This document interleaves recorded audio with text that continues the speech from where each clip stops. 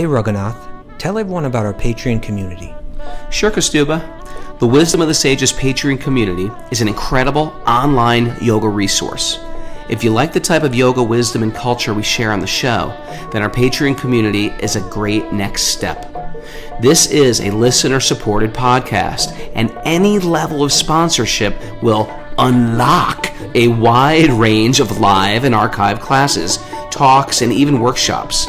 Raghunath teaches, I teach, and we have a host of other excellent teachers on topics ranging from yoga philosophy, asana classes, storytelling, Ayurveda, kirtan, cooking, meditation, and a lot more.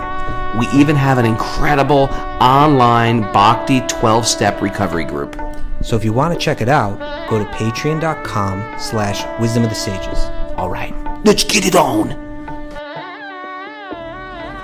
Om Namo Bhagavate Vasudevaya. Om Namo Bhagavate Vasudevaya. Om Namo Bhagavate Vasudevaya.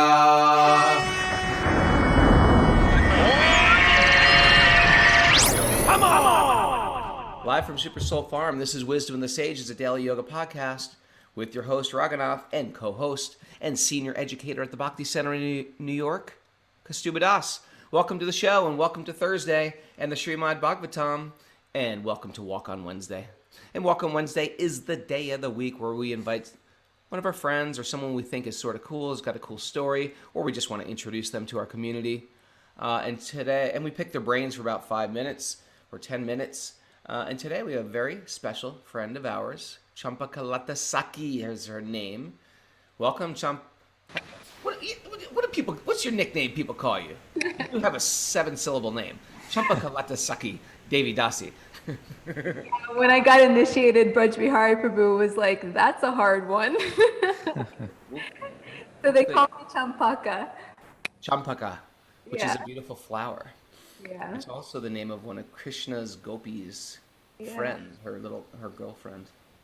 And Kaustubha, you guys are old friends as well. That's right. We've served together at the Bhakti Center for years.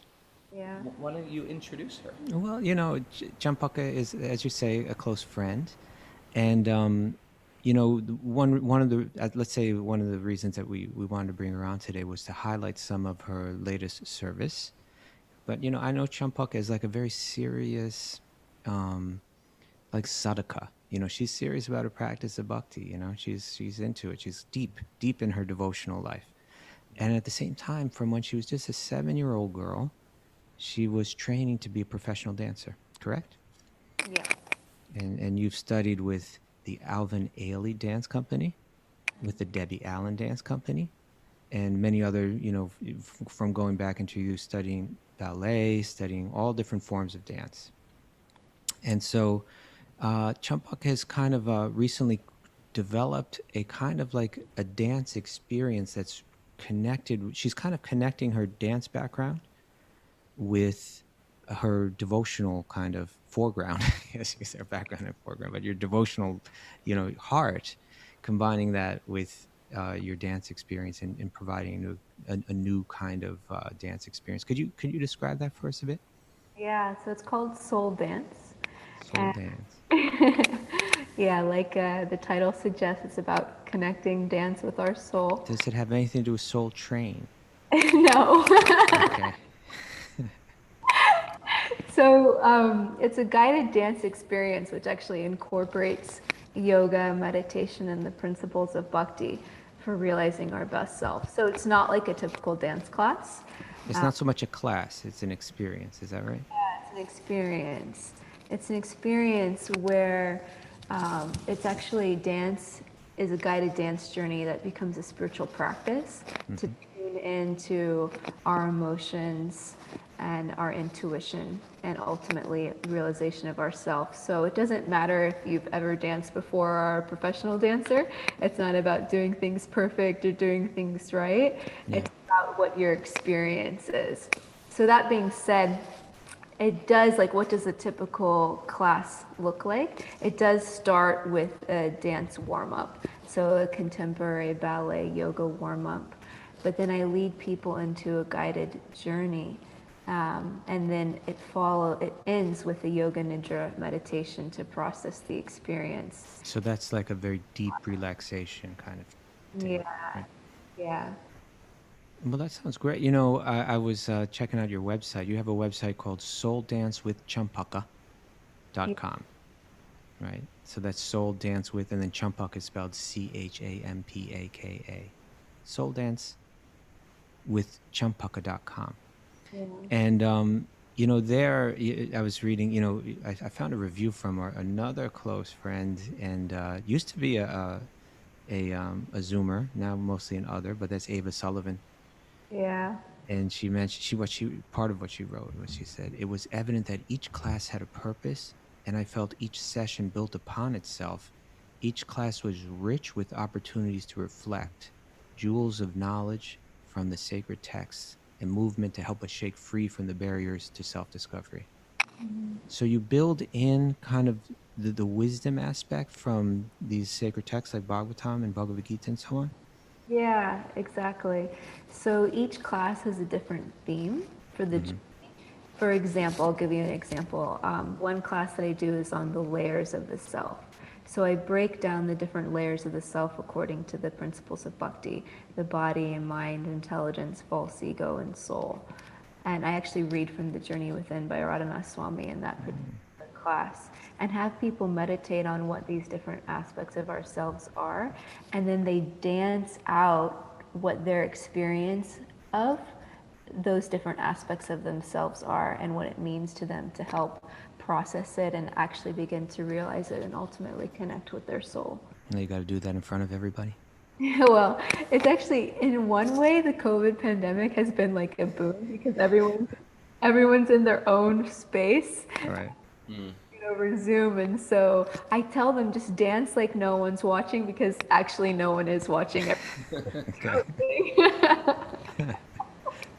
Although I'll do it with my iPhone, just walking down the street with a mask on. Is that okay too? That's even better. Well, I was going to ask, tell me, is it mostly ladies in there? Are there any guys doing this? There's some guys, it's been mostly ladies, so Okay, but we're welcome. But if I show up, it's okay. more than welcome. I want more guys to do it. If Raghunath shows up in a leotard, is that okay? Yeah. I think it would be good for me, personally. What's that? I think it would be good for me. Yeah, I think it would be good for me too. Okay, so tell us where we can find now. First of all, I'm really happy to say that you're going to do one session. It's like a 2-hour session, right? Yeah. And that's for our Patreon members. So we're bringing that to Patreon. Do we have that date and time nailed down, Mara? Yeah, it's Wednesday, December 23rd, and it'll be from 12:30 to 2:30 Okay. Eastern time. Give it as a Christmas gift to your spouse. Okay, so for our Patreon members, that'll be next Monday from, you said 12? No, Wednesday. Oh, no, it's next Wednesday. I'm sorry, next Yeah. Wednesday from 12 until 2? 12:30 to 2:30. 12:30 to 2:30. Mm-hmm. And then, but also we can find this, Bhakti Center is presenting this dance experience as well, right? Soul dance. Yeah. Yeah. And that'll be, I think there's like one, it's kind of a series of experiences, correct? Yeah, it's 4 Sundays in January, starting on January 3rd. Okay. And if people want to find that, they should go to bhakticenter.org and then to the culture tab. Is that right? Yeah. Okay. I think it's on the homepage, but on the homepage, it only links you to the sessions that are already begun. Yeah, that's But right. if you click on the culture tab, you'll find it again, Soul Dance with Champaka, and then that'll show you January's dates. Yes. Well, this is a wonderful thing. I should say that Champaka, if you've ever been to the Bhakti Center and walked through the door and said, wow, like this is a really wonderful experience. Everybody's so nice, and 'cause many people have reported that, right? Like I walked in there and everyone was so nice, and it felt like well, Champaka has a lot to do with that, because she was for a couple years or so really the head of the hospitality department of the Bhakti Center. By the way, the hospitality department is like the most important part of any organization. It really is. It really is. Yeah. Just like when we go to Mumbai, those hospitality people, they just make you feel so welcome. And I bet it was you that sent Bhakti Ed to Zoom, to Wisdom and the Sages, rather. But somebody. Was that you, Champaka? Do you remember that? I don't remember that. I didn't even realize the great service she did because Bhakti Ed does so much service on Wisdom of the Sages for our recovery group. But thank you so much. Well, if it wasn't Chumpuk directly, it was her, whoever she trained. Yeah, thank you, Chumpuk. We're grateful for that too. So everyone, please check out Soul Dance again for our Patreon members. That'll be next Wednesday, and we'll post that very soon up on our Patreon channel. And for others, there's the Bhakti Center website, bhakticenter.org. Check out Soul Dance. Champak, thank you for bringing your latest wonderful devotional offering to the world. Thank you so much, Kaustubha, Raghunath, and Mara. Thank you, God. Thank you, Chumpuk. I'm so glad to know this. I didn't even know that about you. I didn't know any. I didn't know. I just knew you. Just your kind devotion and seeing you around. But I didn't know you were a whole professional dancer since the age of 7. That's amazing. And Do you remember when she was remember when you did that program above your yoga studio in that big hall with Raghunath Swami, and then we had the big kirtan, everyone was dancing? That was so fun. And I remember you and Jai Jagannath, who's also like a professionally trained dancer, you two were like going back and forth and spinning around and doing all kinds of stuff. Yeah, that was a lot of fun. That was a really epic program. Anyway, Okay, thank you so for much. joining us. And if you have, you're more than invited to stay. But if you have to go, that's completely fine. Well, you know, she's also one of the priests at the Bhakti Center. And so she does, you know, on the altar, does all kinds of save, all kind of service there. So I think you got to cut out about 15 minutes early, right? Go dress the deities, yeah. Save it. Special job. What's it? Why don't you give us a little taste of that deity worship? So, if you don't understand what Kaustubha just said, Champak is the one who, in the morning, you're not waking the deities. You're dressing the deities. Yeah. Okay, so there's a service of dressing the deities in the morning. Can you just tell me a feeling that you get from doing that? It sounds sort of like, okay, dress the deities. What is that? For people who have no clue what that even means, can you just explain like an emotion behind it or a feeling you get when you do this? Or It's the most special thing in the entire world. It's my favorite service. Imagine like if you had a child or something that you love so much and you bathe them, you undress them, you bathe them, and then you dress them and you ornament them with beautiful things to make them look beautiful. Like imagine doing that with God, right? Imagine doing that with the divine Radha and Krishna, and it's just you go on the altar and it's like you're entering the spiritual world, and it's just this most intimate service that propels you deeply into gratitude and deeply into prayer, because you just don't want to mess anything up. You want them to be comfortable, you want them to have a beautiful experience, you want them to look beautiful for their pleasure and for the pleasure of everyone taking darshan of them. And it's just like you're literally like, it's this meditation where I go to when I normally do when I dress the deities, I enter the puja room at 4 a.m. and I'm not done until 9 a.m.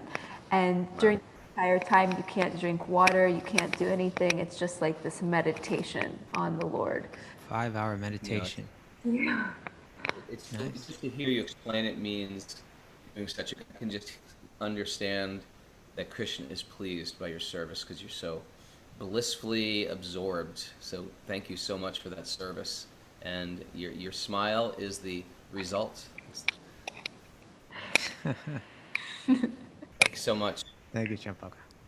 Thank you all. Okay, let's dive into the sweet nectar of the Srimad Bhagavatam. Narayanam namaskritya naram chaiva narotamam devim saraswatim vyasam tato jayam mudiraye. Before reciting the Srimad Bhagavatam, which is the very means of conquest, one should offer respectful obeisances to the personality of Godhead Narayan, unto Narayan Rishi, the supermost human being, unto Mother Saraswati, the goddess of learning, and to Srila Vyasadeva, the author. Nasta prayeshva badreshu nityam bhagavat sevaya bhagavati uttamashloke bhaktir bhavati naishtiki. By regular attendance in classes in the Bhagavatam, and by rendering service to the pure devotee, all that is troublesome to the heart is almost completely destroyed, and loving service to the personality of Godhead, who is praised with transcendental songs, is established as an irrevocable fact. Om Agyana Tamarandasya Gyananjana Shalakaya Chakshurunmadatam Yena Tasmai Shri Gurave Namaha. Whew. Beautiful, isn't it, to see people engaged in doing things that they're that they're sort of born to do, and then they just decide, you know what, I'm going to do it. I'm going to offer this all to Krishna. That's right. Is ultimately like, what is our success at our art, at our science, at our cooking, at our knowledge, at our athleticism? What's the ripened fruit of it generally? And we get a big ego, we get a paycheck, we get some validation, and most of the time we find it really doesn't satisfy the soul, and we're left a little lost sometime. Even if we are engaged in something that we're good at, it's still not the goal.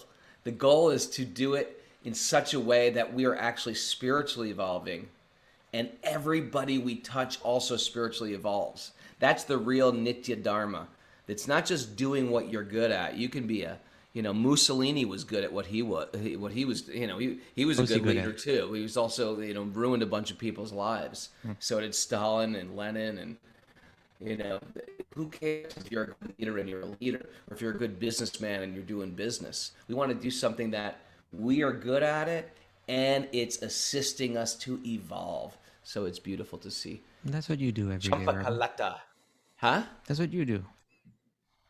Do I? What do I do? I don't do. The problem is I don't do anything. That's my problem right now. Well, if you started with your music, with your hardcore, right? Yeah. And then Yeah. you went to Truthfully, that yoga. did in all honesty, that sort of saved me in the brahmacharya ashram, because it was very easy for me to do. I think if they said, "Okay, kid, get out there and distribute books on the street," I would be like, "No." We tried that, right? A famous story of me and Kaustubha going in a van once, and we had this. You have this whole morning program in a van. We're worshiping deities and offering incense. We're singing songs, reading the Srimad Bhagavatam in a circle with these other very staunch, serious, focused brahmacharis. We're in a Best Buy parking lot in somewhere in New Jersey, and it's freezing out. It's December 21st or something like that. It's snowing. Everybody's Christmas shopping, and we have a truckload of Chaitanya Charitamritas we're going to distribute. The most esoteric book ever to meet somebody in a parking lot and give them. And everyone's like, all right, let's go out there and do it. It's after 3 hours of meditation, we're like, go team, go team, go team. Ah! And I'm like, nah, I'm not going. I can't do it. I was like, I can't do this, man. I can't get in the parking lot to distribute Chaitanya Charitamritas to people. I'm just going to stay here. And I'm like, no, Raghunath, you can do it. You can do it. I was like, no, I actually cannot do this today. I am sorry. I'm having a tough morning. Well, it's easier nowadays, and actually, this is something that I hope to be bringing to everyone soon. But every year, because there's that lunar calendar, solar calendar thing that the yoga calendar is different from the Western calendar. But in December, there's always Gita Jayanti Day, right? Gita Jayanti. It's the day that Krishna spoke the Bhagavad Gita to Arjuna. Yeah. So do you know what day that falls on this year? Christmas Day. It does? Yeah. Well, Merry Christmas. Okay. So because we're not even sure Christ was born in December. That's under massive speculation. Okay. So right? So yeah, I believe that may not be the actual date, but it's a date that is celebrated. But that's also happens to be the Gita Jayanti Day this year, the day that Krishna speaks the Bhagavad Gita. And, just like we did a kind of, I don't know what you call it, but when there's that day back in, was it in August or in September? It was in September, I believe, that if you distribute the Bhagavatam on that day, there's such special benefit. And our Wisdom of the Sages community distributed 40 sets of Srimad Bhagavatams. I thought that was really great. Yeah. So now we're going to distribute Gita. I said let's go for a Gita drive, right? If you would all, I think I need to get the info. I'll get it today, but I think it's set up in such a way that if you want to give to 10 of your friends, you just pay, you pay for it, and then you give the addresses, and someone will mail it out for you, and it'll all be taken care of. Or if you want to say hey, I would like to donate them to hospitals or do this or do that, then there's opportunities to do that kind of thing too. So I'm going to find all that information and bring it back to you all, and I think let's do a little Let's do a little Bhagavad Gita drive for Gita Let's do Gita Jayanti. Drive. And if it's your first year into Bhakti, and and this year Gita Jayanti fell on Christmas, you can call that your very own little Krishna miracle, huh? I If suppose it's you your could. first year into Bhakti, Well, welcome. I think if you can distribute 108 Bhagavad Gitas on the Christmas Gita Jayanti, I'll call that a Christmas miracle. What about That's a that? that's a yeah. Maha miracle. It's a Maha miracle. Okay. But I think there's a It's a Codicy, Kevin Shanahan says. okay, it's all just coming together. All coming together. And I think it's being done as a worldwide drive, and there's like a goal to like 2 million Bhagavad Gitas out to the world. You know. That's exciting. Okay, so let's see if we very can play a role in that. Yeah. Meanwhile, we got Bhagavatam to talk about, right? Yeah, we're on a Canto 2, Chapter 9 text. What's our text today, sir? We're on text 35, which is the third text of the chapter shloki of the Bhagavatam. All right. And you know, you've been putting forward this question, Raghunath. It was like, well, if the whole point of the Bhagavatam is to directly glorify Krishna, but then you got like these 4 short little verses, then how can the whole thing be condensed in there, right? Yeah. And what about his Leela in the 10th canto and all of that? But you know, and I'm not so learned on these, you know, real Bhagavatam scholars can go real deep into this. But, you know, going back a few verses, I forget where it was. I think it was probably verse 35, 34, 33, probably 32. Krishna used the word rahasyam and guyam, like words that refer to like the mystery or the secrets, you know. Secret. And there's a secret hidden in this verse that we can understand God within this world, but that God also exists without this world in his divine realm, in his Leela. And that when you approach God with devotion, even while you're in this world, you can be connected to that divine world of his divine Leela. That kind of plays out in this. So why don't you read this text, Raghu, and we'll try to see what we can uncover. Okay. Text 35. O Brahma, please know that the universal elements enter into the cosmos and at the same time do not enter into the cosmos. What? Similarly, I myself also exit within everything created. Exist within. I myself also exist within everything created, and at the same time, I am outside of everything created. What? How are we supposed to understand your, what's it called, unequivocal instructions? Contradictory? Oh, yeah. Contradictory instructions? Yeah, well. Was unequivocal correct, Mara? I don't think so. Like you're making up words again.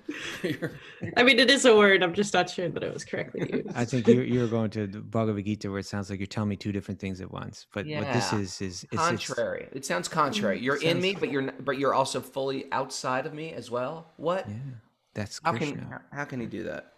Well, you know, so let's start with the first sentence. O Brahma, please know that the universal elements enter into the cosmos, and at the same time they do not enter into the cosmos. So he's giving a metaphor here.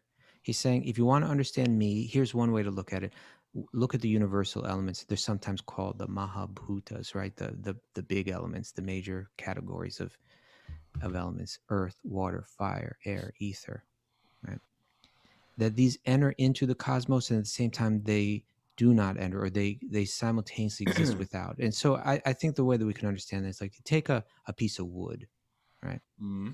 Now, a piece of wood is composed of those elements. There's earthy element in there. There's a fire element in there. That's why we collect firewood, because you can pull the fire out of the wood and use it to heat your home or whatever. So there's fire inside that wood. There's also water inside that wood, right?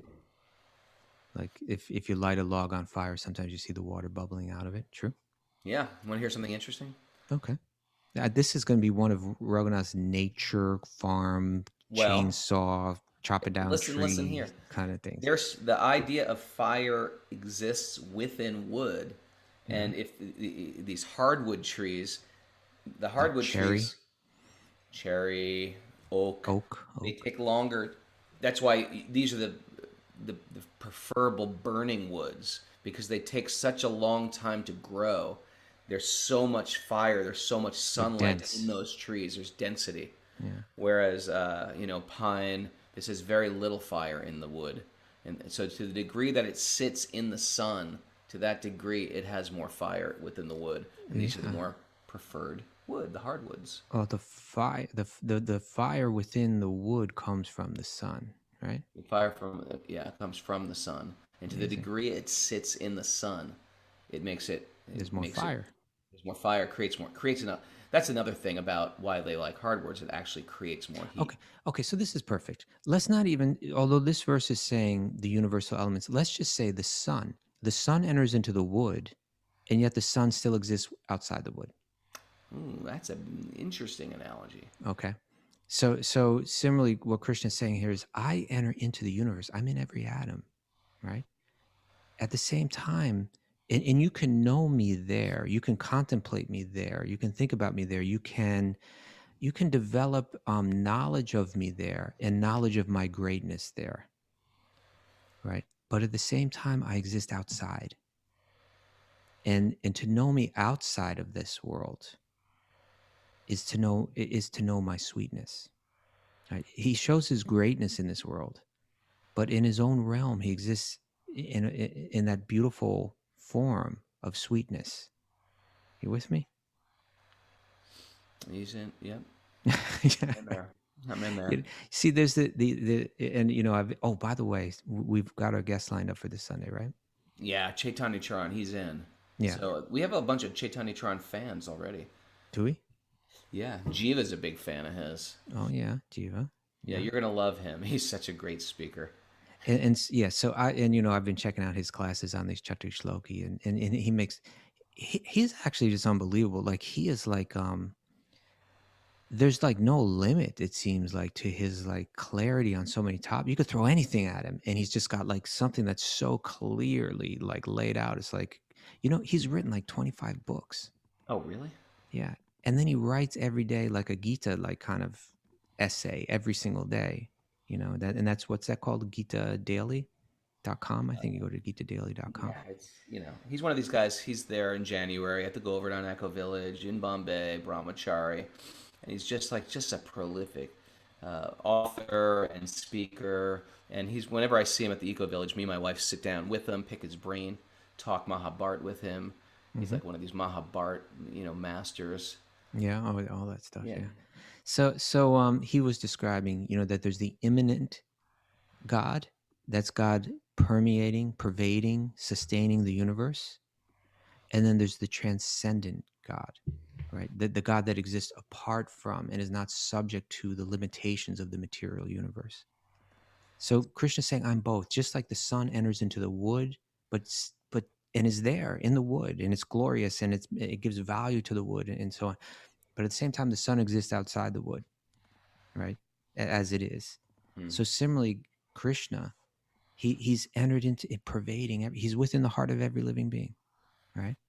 He's within every atom. He's pervading everything, and that, knowing that greatness of God is really important for our full, mature spiritual understanding and progress. But still, then there's also something beyond that. There's the sweetness, that transcendent Krishna who's existing in his divine realm with his devotees, purely engaged in loving adventure, right? Which we call Leela. Then there's that as well. Now, if you have one but not the other, then you're going to be incomplete. You won't have the full understanding, right? Like, for instance, like in India, Bhagavatam is famous. Everybody knows the stories of Krishna's Leelas from the Bhagavatam. Krishna stole butter. He did this, he did that. And so a lot of people will think of Krishna with affection, right? Because knowledge of that transcendent God, it draws out affection. Oh, he's so cute. He's fun. He's got, some of Krishna's pastimes are like hilarious, right? Isn't it true? Yeah. Like if Dressing you, as a girl. huh? Dressing as a girl, mangoes as breasts. That's one story. Hiding in a trunk. Yeah, sometimes you're hiding in a trunk. He's doing all kind of funny things. Some of these stories are really hilarious, and so that's like that's presenting, when we hear about those, our affection increases, right? And a lot of people be like, oh, Krishna, I love that character. I love Krishna. Yeah, he's fun. But they're really not knowledgeable about Krishna's greatness. Now, when you understanding Krishna's sweetness, that kind of draws out of us affection, right? But understanding Krishna's greatness, that actually leads to submission. And submission is maybe a word that in Judeo-Christian culture. Yeah, and that might kind of like rub our feathers the wrong way or whatever. Yeah, submit what? I don't want to ruffle submit to I don't wanna nobody. submit. Yeah, but really, it means having the proper respect and the ability to reconnect.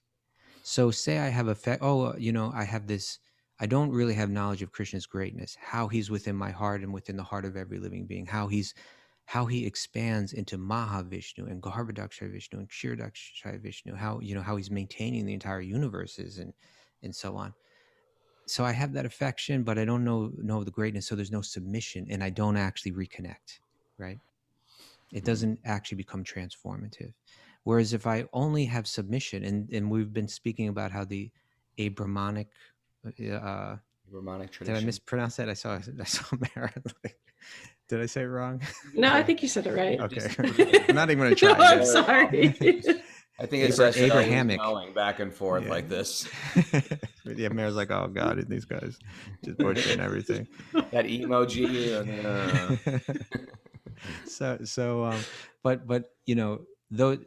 I'm not saying that within those traditions there isn't genuine affection for God, but there's not a lot of detail that draws out that kind of pure affection that you find for, like, say, Krishna, where all his leelas are laid out there. So, but they especially present the greatness of God, and that brings out submission, but not necessarily affection, right? And sometimes that submission does kind of feel oppressive if it's not presented in the right way.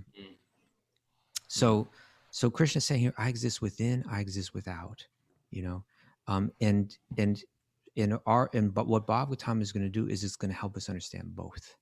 It's going to give us ways to meditate and to contemplate Krishna within the elements of this material world. But all of that is going to build and build and build till you get to the 10th canto. And then we're going to deeply meditate on, even before that, the avatars are described. Yeah. Right. So you're getting that idea of greatness and of power. Well, first, yeah, like in the early cantos, like in the second canto, it talks about the Vishvarupa, the universal form, how we can conceive of the mountains as being like the bones of God. We can conceive of the rivers as being the veins of God. And so it's like a way of adjusting our conception of the world that we live in so that it brings our mind to the greatness of God. Right? It's amazing. It gets us from like nothingness, maybe atheism, or like some nebulous concept of God, Mara, perhaps. Good use of the word. It worked in that sense? Yeah, it did. Okay. Concept of God, to this greatness of God, this all-powerfulness of God. And we understand and appreciation, higher power, I get it. Multiple forms, controller of the demigods, and all of a sudden it goes to sweetness. And that's like a real curveball, isn't it? It's like, because you even get these higher things like God, Lord Nisringadev is very beautiful also. He's very ferocious also. He's very kind and loving and gives personal attributes. Yeah, personal attributes. And then all of a sudden it takes a hairpin turn to, actually he's adorable. The Lord actually adorable. And that is where enter sweet baby Krishna. That's where Krishna just walks in on the whole show. And that's very special. He's adorable. He's friendly. Yeah, right? He's a thief. See, you're a particular blend of affection. It's focused on that. Needs to be punished. Okay, it's focused on the youthful, very youthful, the little toddler Krishna, right? So this this is our sweet Lord, and it's such a charming way to the crest of this incredible wave we're on in the Bhagavatam to the 10th canto. We still haven't figured out because Chaitanya Charan's knowledge is so vast. It's like we got to figure out what we're gonna, I know. What do you do what with that? subject It's are like, we gonna? Yeah. But he was describing in his class on this verse, and if you want to see these classes, you can just Google the spiritual scientist, spiritual scientist, and then thespiritualscientist.com. okay, you can find it. But and if you just Google spiritual scientist Bhagavatam Chatushloki, then you get 1, 2, 3, and 4 different classes that he gave. But he was describing there like that in the second canto, you get the description of the Vishvarupa, the universal form of the Lord, which is a conceptual tool for meditating on the greatness of God in nature. And that chapter is called the first step in God realization, right? It's just a beginning way of beginning to meditate, think of God, see God within this material realm. If I see the mountains, I think of the bones of God. If I see whatever I see, I'm going to try to connect that. There are And so many good things to listen to on your downtime there that are when you start putting something poisonous in your ears and you know it's poison, no excuse. it's poison, you should be like, what am I doing here? Why am I wasting this short life? What am I doing? And then have a little version of me pop up on your shoulder going, what are you doing? What are you doing? Just like that. Every time that Netflix thing clicks on, bling, Raghunath pops on your ear. I'm pulling at your earlobe. There's other stuff. There's a lot of good. We have a Google lot of spiritual downtime. scientist. Yeah. So he, in any case, because I had managed to do that, and I was tuned into the spiritual scientist, he was describing. So in the second canto, you get the description of the Vishvarupa, the universal form. Again, it's a conceptual tool, right? It's a way to think. When you see this, you can think this way. It's just training our minds to think in a particular way, to bring our minds to the greatness of God.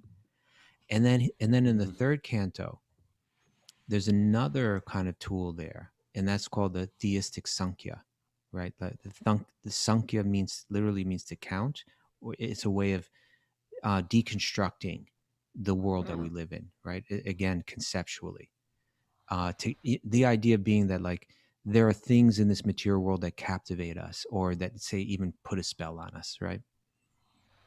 It could be the form of the opposite sex, it could be this or that, it could be so many things. And so when you break it down, when you analyze it, breaking it down into its material components, then some of that charm hopefully loses its power. And so and so in the third canto, an incarnation of Krishna known as Kapila explains answers the questions of his mother Devahuti, where he explains this theistic sankhya, how you can break this material elements down and then understand that there's another element beyond that, and that's God. It's a great way to put it. You have some infatuation in the material world that's really not based on any like, oh, he's beautiful or she's beautiful.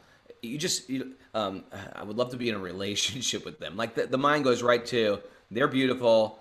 If they were in my life, I'd be happy. I'd be happy. Like that's the illusion. You don't even know them. Lies in them. Like, yeah, my happiness lies in, what am I doing here? If I was with that person, my whole life would. That's the type of person I need in my life. You don't even know them. You don't even know them. You don't even know. Someone's telling you that you don't even know this person because they're not under the spell. Yeah, and especially if it's done with just a visual. Come on. Then the Sankhya Yoga, it breaks it apart. What are you attracted to? What are you attracted to? His hair? Shave his head. Well, no, I'm attracted to, his... And then here's the hair. Here's the hair. Here, I cut off the hair. You want the hair? There's the hair. No, I'm attracted to his arms. Oh, you want an arm? Smile. Here. Chop off an arm. Here's an arm. It's the look in his eyes. Just look at his eyes. Yeah, pluck out that eye. See how beautiful it'd be. You still love this man? What would you take? The most beautiful person you would ever see. The person. If you could craft the most beautiful person that you would fall in love with. Sounds gross, but listen to it. There's a yogic lesson here. Peel back the skin. Peel back the skin. Peel back the skin. I thought you were maybe going into your Centimeter. colonic. I thought you were going to the colonic direction again, but you're I not. can You're tell going. that story. Peel back the skin just a half a centimeter and pull it up. So you just see nothing but muscles. Where is that beauty? Our beauty lies in a ghastly. it's ghastly. Our beauty lies in a very thin glove. And we make choices and decisions and go to the gym and work out and go to the beautician and get our nails done or exercise or diet very often just to attract a thin glove of skin and hoping that they will be attracted to my thin glove of skin. And that's what's running the entire world It's and all even running the on that. economy. Just a very thin glove of skin. Is That's that growing. That's growing older every day. Yeah, yeah. So Sankhya Yoga is the thing that shines light on the illusions and punctures that romantic bubble Okay. of the material world. Right. And so what that Sankhya does, but it says, but beyond that, beyond those 24 material elements that this material world is, all the forms are composed of, there's another element, and that's God. And so that theistic Sankhya is another way to bring the mind towards the greatness of God. Now, in the 5th canto, it begins to prepare our mind to understand the greatness of God in a third way. You ready, Raghu? Yeah, I think I scared baby Montgomery with that last peel back the skin story. Sorry, Montgomery. I don't think she even got it. Scary. I got to keep this stuff PG. Okay. So in the 5th canto, it begins to describe the cosmology of the universe, right? Is that funny, Raghunath? No, they said some people are writing, "Stop frightening the children." Okay. So in the 5th canto, it describes the cosmology. And he made a great point there, Chaitanya Charan. You know what point he made? Don't go to the hellish planets. That's in the No. fifth piano too. No, What did he that say? wasn't it. Well, because the cosmology is described there, and then people try to figure out and lay it all out, but it's not easy to do. But he said because it's not meant to be an exhaustive description of the cosmos. What it's meant to do is show how dharma or devotion is spread throughout the entire universe. That it's practiced here in this way, it's practiced there in that way, it's practiced. How's it practiced in the lower planets? We'll have to read about that, but it's described there, and it's slipping my mind for the moment.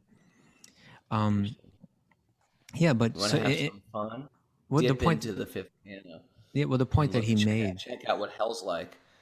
The point that he made was that just like say someone was describing, let's say he said, like, say you're going to take the International Society for Krishna Consciousness, right, ISKCON. You say it has activities and centers and all around the world, and if someone wrote a book about those activities, well, in New York this is going on, in LA that's going on, and in Paris this is going on, and in Mumbai that's going on. If you took that book and tried to draw a map of the globe, it would be hard to piece it together. To some degree you could do it, but it's not the book that you go to for that. It's not its purpose. So the purpose of the Bhagavatam laying out the cosmology was not so that we could necessarily figure out all the cosmology, but the purpose of it was to see how dharma or devotion is being spread throughout the universe. And when we see that, we understand the greatness of Krishna. And so then you have the 2nd canto with the description of the universal form, 3rd canto with the theistic Sankhya analyzing the material nature and breaking it all down. 5th canto describing the cosmology. All of this knowing of the greatness of God is going to help us understand the person that exists outside of the universe, right? Not the immanent God, but the transcendent God. And so that we can know not only his greatness, but also know his sweetness. And so that begins, beginning from, 6th canto, 7th canto, 8th, 9th, you're getting, the avatars, you get Lord Nrsimhadev, you get Lord Ram, et cetera, et cetera. And then, but ultimately that builds up to the sweetness in the 10th canto where you have Krishna. Sweet Krishna. Sweet Krishna. My sweet Lord. There you go. So we really want to understand the greatness of God, the presence of God everywhere, that all-pervasive aspect of God, the power of God, the beauty within this material world, and connect that with God. And the Bhagavad Gita is describing how that can be done, right? Like one of your favorite chapters is the 10th chapter. 10th chapter, because of the 4 shlokas and the 10th chapter game. In the 10th chapter, what does the 10th chapter game consist of? Well, Krishna starts giving these superlatives of, you know, of mountains I am. Meru. Oh, Thank you, Mara. Mountains of so he names of mountains of immovable things, Kaustubha. yes. Of immovable things, he's the Himalayas. Yeah. So he goes through all these lists of things that I am, and it's generally the greatest version of that thing. That's right. So similarly to like saying those conceptual processes like we described, like if I see the mountain, I think of the bones of God. If I see the river, I think of the veins of God. Yeah. If you That's think of the most happening. immovable thing, well, the Himalayas The are. Himalayas. I Wow, think you're of the Himalayas? Yeah. so Think of me. When you see the Himalayas, think of me. exactly. So Right. you know what built up to all of those descriptions in the 10th chapter of the Bhagavad Gita was where in text 16 and 17 Arjuna, having heard the Chatushloki, right, having heard the compressed Gita, which is very similar to the Bhagavatam, compressed Bhagavatam, nutshell verses. He says to Arjuna, turns to Krishna and says, please tell me in detail of your divine opulences by which you pervade all these worlds. O Krishna, O supreme mystic, how shall I constantly think of you?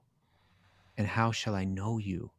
In what various forms are you to be remembered, O Supreme Personality of Godhead? So these are conceptual ways to bring our mind to seeing God everywhere, just as we can see fire within wood.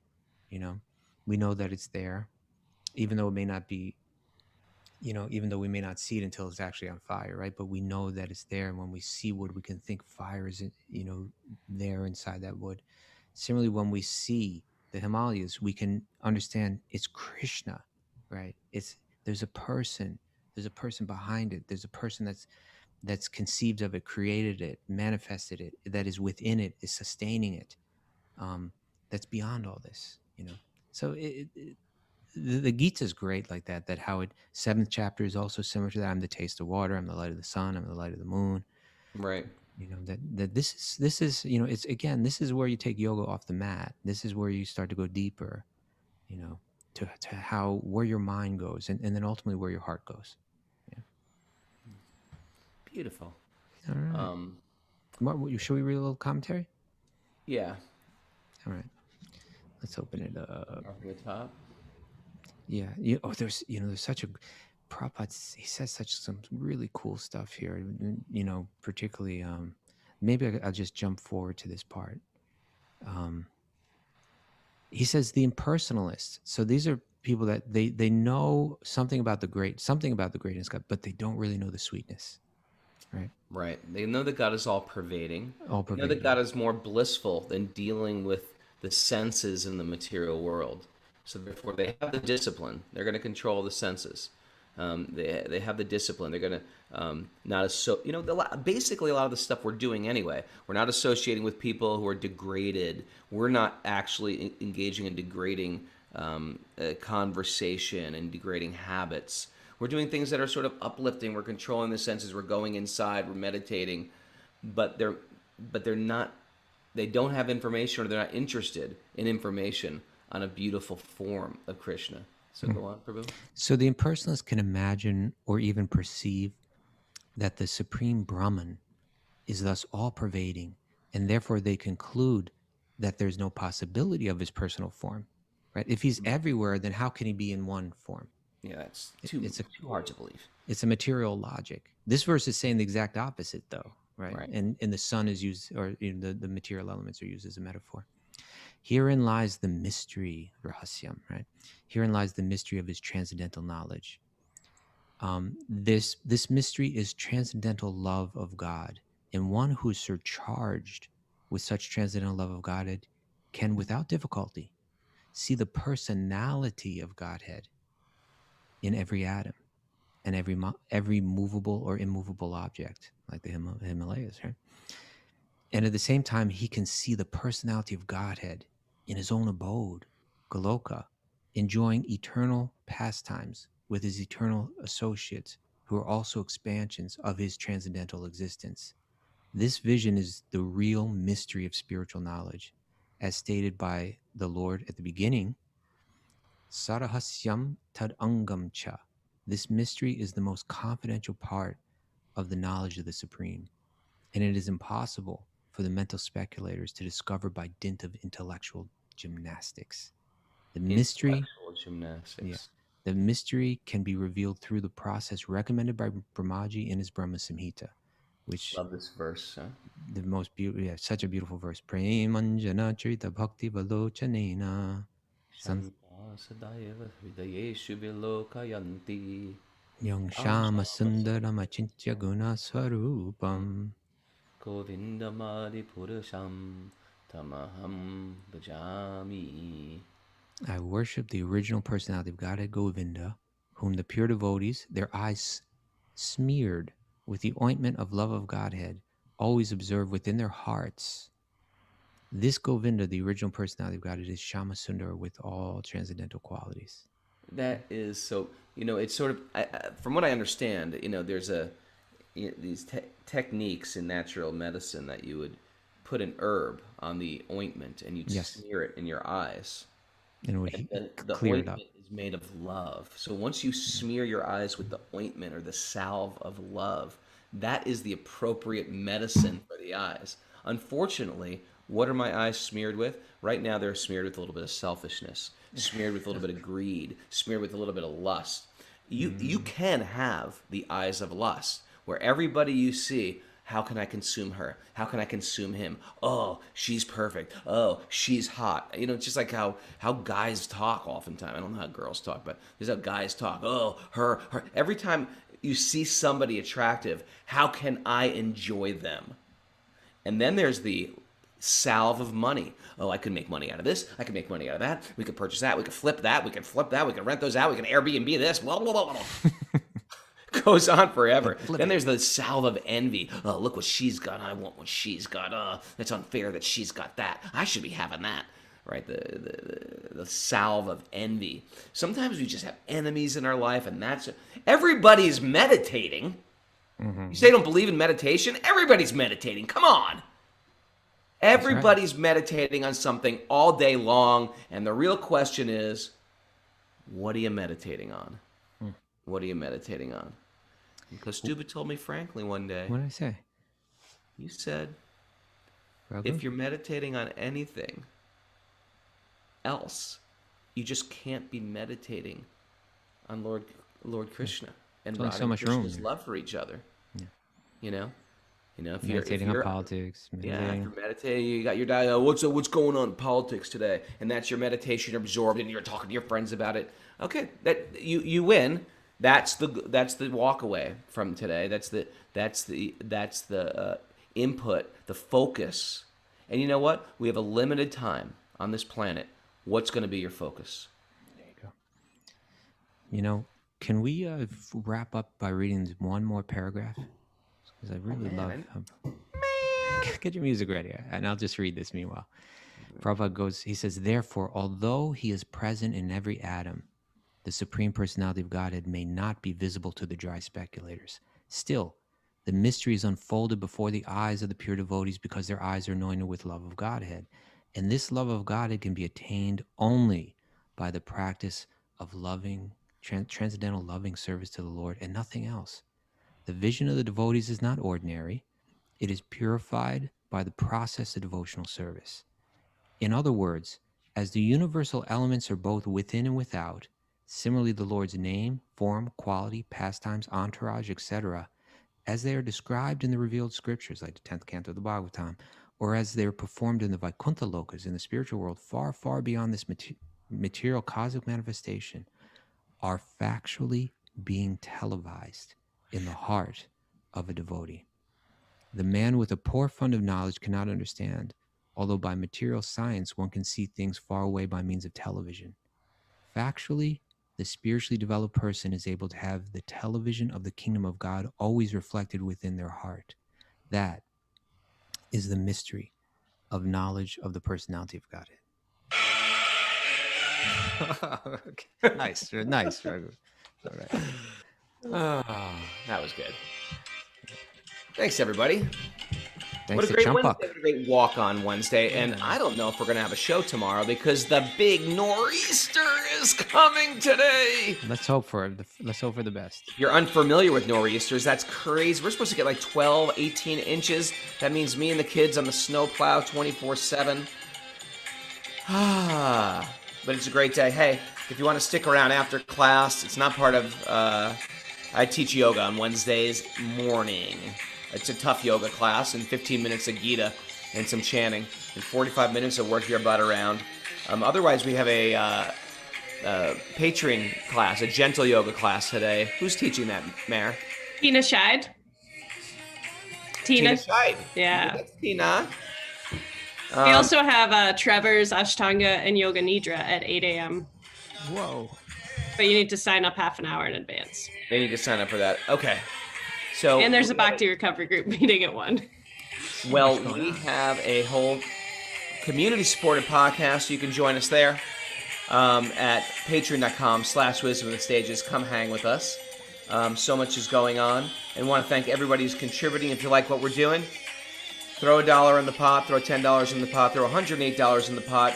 Keep this Bhagavatam going. It means a lot to us. And thanks for everybody for... we're hoping to see you tomorrow morning. And if we don't, we're going to have to figure that out for Friday. Question Day is coming up this weekend. Email Mara, wisdomofthesages108@gmail.com. And if you like something that we said today, write it down, take a snap photo of it, tag us or tag me at Raghunath Yogi in it, and we'll repost it. Because people need a little nugget of truth. Give them the Bhagavatam. It's the gift of wisdom is the greatest gift we could give people. It's the greatest thing we could give ourselves. Now let's all do what we were born to do. Sing, dance, and be joyous. Sri Ram.